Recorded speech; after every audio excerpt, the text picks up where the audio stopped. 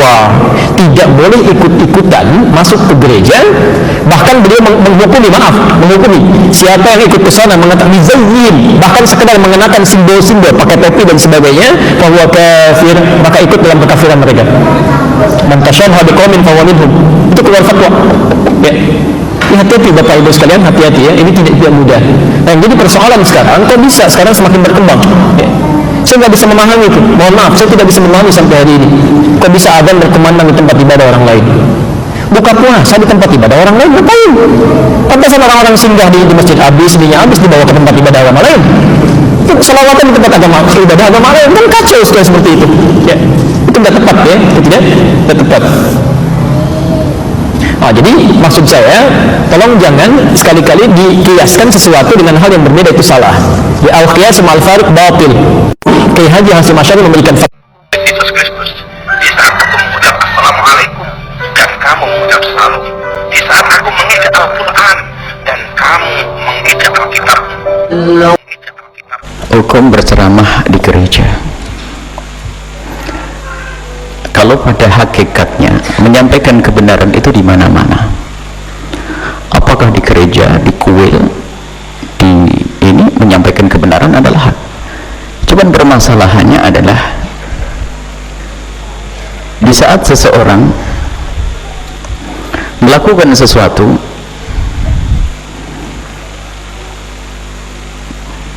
ada hal-hal yang tidak dicermati dan diperhatikan sehingga menjadi mudaratnya lebih gede, musibahnya lebih besar. Kalau misalnya yang menjandang-adakan ceramah di gereja adalah orang yang betul-betul disiplin tentang urusan agama, misalnya dia menegakkan kebenaran, misalnya apa, meyakini bahwasanya kekafiran adalah kekafiran, setelah itu harus lemah lembut, maka di saat mengadakan ceramah di gereja tentu tidak akan ada yang bertanya. Contohnya orang tegas dalam syariat, misalnya satu orang yang tentu tegas di dalam syariat dan dia tidak pernah main-main tentang syariat, tidak pernah merendahkan syariat, kemudian kok tiba-tiba bertemu dikumpul di sebuah gereja, bahkan di Roma sekalipun, menyampaikan satu pesan agama syariat Nabi SAW, seperti yang pernah disampaikan oleh satu pembesar di Yordan, menceritakan tentang Islam di depan orang-orang Kristen, ada sesuatu yang mulia untuk mengangkat Islam. Akan tapi ada orang ceramah di gereja itu sampai saya tidak pernah kenal orang tersebut, hanya kita diberi, sebelum mendapatkan video tentang ceramah tersebut, kami sudah mendengar bahwasanya ada video-video yang disebarkan dan orang yang bercerita mulutnya itu tajam, kotor, kemudian dia bergaul dengan orang-orang yang tidak punya kecemburuan kepada Islam. Setelah lihat di dalam ceramah tersebut, mengucapkan salawat saja ditarik, salawat saja ditarik, kayak nyesel dia bersalawat kepada Rasulullah SAW. Allah SAW, sallallahu ala Nabi. Jadi kayak main-main tentang Islam. Nah, kalau sudah ada tanda-tanda semacam itu, apa? Biarpun kalau beralasan sih, kalau memang alasan bisa bahwasanya ceramah itu kepada siapa saja. Nabi Muhammad waktu pertama kali dakwah jadi ceramah siapa? Orang kafir. Benar, ini hujahnya. Cuman caranya itu. Jadi kalau orang ceramah di gereja, ya mungkin satu khusus, misalnya kita diundang di gereja untuk menjelaskan tentang keagungan Nabi Muhammad, keagungan Islam, ayo saya datang. Tapi kalau justru untuk merendahkan Islam, ini kan dibohongin kita, dan itu ada tanda merendahkan Islam, yaitu jadi haram kalau orang-orang seperti itu. Ternyata Masya Allah caci maki, mencaci golongan Arab, mencaci syariat Islam, rupanya dia adalah termasuk golongan orang yang masuk dalam Islam liberal, sudah merendahkan syariat Nabi SAW. Jadi kalau orang begitu masuknya ke situ pun sudah nggak benar. Assalamualaikum warahmatullahi wabarakatuh.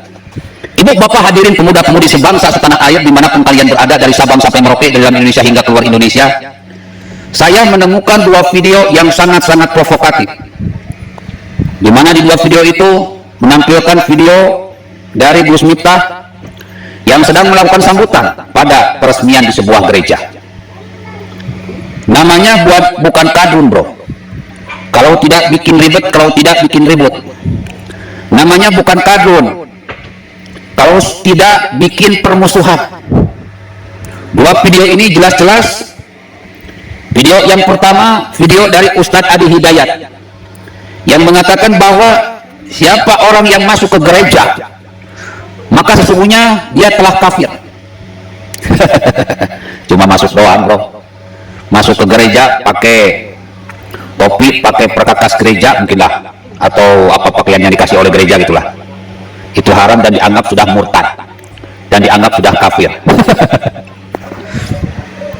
Video yang kedua adalah dari Buya Yahya yang mengatakan bahwa orang-orang yang berceramah di gereja adalah orang-orang liberalis, adalah orang-orang yang melecehkan Islam. Ibu, bapak, hadirin pemuda-pemudi sebangsa setanah air, saya cuma bisa innalillahi wa inna ilaihi rajiun. Ilmu itu datangnya dari Allah dan akan kembali kepada Allah. Orang asalnya tidak punya ilmu, lalu dia menuntut ilmu, lalu mendapatkan ilmu, lalu ilmu itu matang sehingga disebut sebagai orang-orang yang berilmu atau ulama. Summa awrasnal kitab alladzina istafaina min ibadina, aku wariskan Al-Quran ini kepada hamba-hambaku yang kupilih di antara mereka. Faminhum zalimun li nafsi, tapi di antara mereka ada yang menzalimi diri mereka sendiri dengan ilmunya menjahati orang lain. Dengan Al-Quran mereka berbuat jahat kepada orang lain. Na'udzubillah summa na'udzubillah. Pada video tersebut sudah jelas Ustadz Abi Hidayat ini sedang berbuat jahat kepada orang lain, entah itu sesama muslim, sesama ulama maupun non muslim.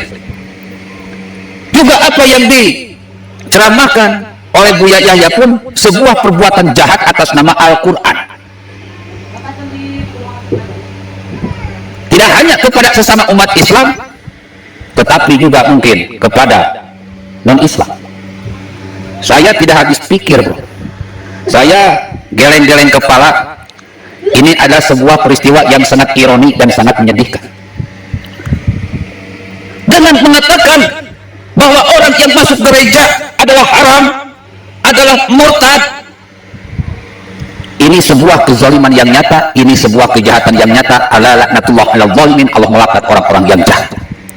Dengan mengatakan bahwa orang yang berceramah di gereja adalah liberalis, bahkan melecehkan agama Islam, melecehkan ajaran Islam, ini adalah sebuah perbuatan yang jahat yang dilakukan oleh seorang yang mengaku ulama dengan umat yang cukup banyak.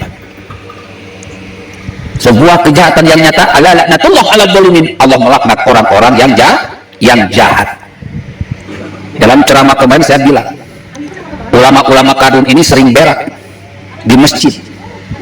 Artinya sering bikin ribut. Qalu ataj'alu fiha ma yufsidu fiha wa yasfiku dima. Ceramah-ceramahnya merusak hati, pemikiran, lisan dan perbuatan umat Islam. Ceramah-ceramahnya penuh dengan kebencian dan permusuhan. Qalu ataj'alu fiha ma yufsidu fiha wa yasfiku dima. Makanya jangan aneh ya bu, bapak-bapak, hadirin pemuda-pemudi sebangsa setanah air. Kalau para pendukung UAS, Buya Yahya, ulama-ulama kadun, umatnya itu cenderung membenci pemerintah, cenderung membenci TNI Polri, karena memang dalam setiap pengajiannya hatinya dirusak, pemikirannya dirusak, lisannya dirusak, perbuatannya dirusak dengan ceramah-ceramah yang provokatif penuh dengan ujaran kebencian dan permusuhan. Al-Quran dikeluarkan, hadis dikeluarkan, bukan malah bikin adem, malah bikin panas. Ya bu, bapak-bapak, hadirin pemuda-pemudi sebangsa setanah air, maka jangan aneh lama-lama umat dari Buya Yahya, UAS, ulama-ulama kadun menjadi para teroris. Jangan aneh. Pertamanya benci kepada pemerintah, benci kepada aparat keamanan, lama-lama dia meledakkan diri menjadi pelaku bom bunuh diri. Ini yang saya ceramah kemarin di video yang kemarin. Ketika masjid sudah dikuasai oleh orang-orang yang berhati bengis, yang hatinya rusak, pemikirannya rusak, perbuatannya rusak, lisannya rusak, ya karena memang sudah dirusak oleh ulama-ulama mereka. Kemarin sampai ada yang bilang bahwa di masjid itu bukan pasar, masjid itu cuma tempat ibadah, jadi tidak diperbolehkan pakai masker. Ini sebuah contoh dari sekian banyak contoh di lapangan di mana akhlak, otak, lisan dan perbuatan umat Islam sudah rusak. Ya karena dirusak oleh ceramah-ceramah kayak gitu, tebar kebencian dan permusuhan dengan umat yang seagama maupun yang tidak seagama. Ini munculnya Gus A karena tahu betul bahwa mantan teroris, tahu betul mana ceramah-ceramah yang betul-betul sesuai dengan tuntunan dan tuntutan Al-Quran dan Sunnah, sesuai dengan tuntunan dan tuntutan Allah Subhanahu Wa Taala dan Rasulullah Sallallahu Alaihi Wasallam, dan tahu betul mana ceramah-ceramah yang sesuai dengan tuntunan dan tuntutan setan juga iblis. Nah, yang kayak gini ceramah-ceramah yang sesuai dengan tuntunan dan tuntutan dari para iblis dan para setan. Qalu ataj'alu fiha ma yufsidu fiha wa yasfiku dima, isinya merusak hati umat Islam, merusak pemikiran umat Islam, merusak lisan dan perbuatan umat Islam, menebarkan kebencian, menebarkan permusuhan, entah dengan yang seagama maupun yang berbeda agama. Ibu bapak hadirin pemuda-pemudi sebangsa setanah air, apa yang salah dengan Gus Miftah? Tidak ada yang salah. Dia diundang untuk meresmikan sebuah gereja, memberikan sebuah sambutan di gereja. Tidak ada yang salah. Bagaimana mungkin dicap sebagai kafir, bagaimana mungkin dicap sebagai murtad? Ini salah besar Ustaz Adi Hidayat. Yang gitu-gitu amat coy. Meskipun Ustaz Adi Hidayat mengeluarkan sebuah fatwa dari kitab Kiai Haji Hasyim Asy'ari, saya dengan mudah membantah fatwa dari Kiai Haji Hasyim Asy'ari itu dengan hadis Rasulullah Sallallahu Alaihi Wasallam yang jauh lebih kuat. Apa itu? Innama a'malu binniyat. Segala sesuatu tergantung dari niatnya. Jadi jangan seenaknya dewe menjudge seseorang. Selama niatnya baik, it's okay. Selama niatnya merajut kebinekaan, it's okay. Tidak ada istilah orang yang masuk gereja jadi murtad. Tidak ada istilah orang yang masuk gereja jadi kafir, tidak ada. Innama a'malu binniyat. Semua tergantung dari niat. Apalagi Gus Miftah seorang ulama tenar, gak mungkin. Niatnya pasti cuma untuk merajut kebinekaan, saling asah, saling asih, saling asuh. Selama segala sesuatu diniatkan karena Allah, nggak ada yang namanya murtad. Yang kedua, bagaimana mungkin Gus Miftah disebut sebagai seorang liberal? Kitabnya pun jelas Al-Quran, rujukannya pun jelas hadis dan kitab-kitab para ulama. Nggak mungkin disebut liberal, bro. Bahkan tidak mungkin dengan datangnya Gus Miftah ke gereja disebut sudah melecehkan, merendahkan umat Islam. Ini terlalu lebay, ini terlalu baper. Kalau ustadz biasa ngomong kayak ginian, ya saya paling cuma bisa ngomong EGP, emang gue pikirin. Tapi kalau ustadz tenar, ustadz kodang ngomong kayak ginian, ini akan banyak orang yang tersesatkan. Syukur-syukur tidak jadi teroris. Kalau jadi teroris, urusan bisa repot. NKRI akan menjadi suriah cepat atau lambat. Ya bu, bapak-bapak hadirin pemuda-pemudi sebangsa setanah air, masih ingat ceramah Nabi Musa? Itu Nabi Musa berceramah berdakwah di rumah Nabi Musa apa di rumah Fir'aun? Di rumah Fir'aun atau di rumah Nabi Musa? Jelas bro, di rumah Fir'aun. Jadi kalau Gus Miftah berceramah di diskotik, it's okay. Yang penting mempunyai nilai watawasau bil haq watawasau bis sabr. Saling menasihati di dalam kebaikan, saling menasihati di dalam kesabaran. Tidak ada unsur menzalimi orang lain. Gus Miftah berceramah akan melakukan sebuah sambutan di gereja, it's okay. Tidak masalah, yang penting bernilai kebaikan dan kebenaran, tidak menzalimi orang lain. Watawasau bil haq watawasau bis sabr. Saling menasihati dalam kebenaran, saling menasihati dalam kebaikan, saling menasihati dalam keadilan. Saling asah, saling asih, saling asuh, it's okay. Tidak usah baperan. Saya ngomong kayak gini karena video-video tersebut disertakan dengan video Gus Miftah.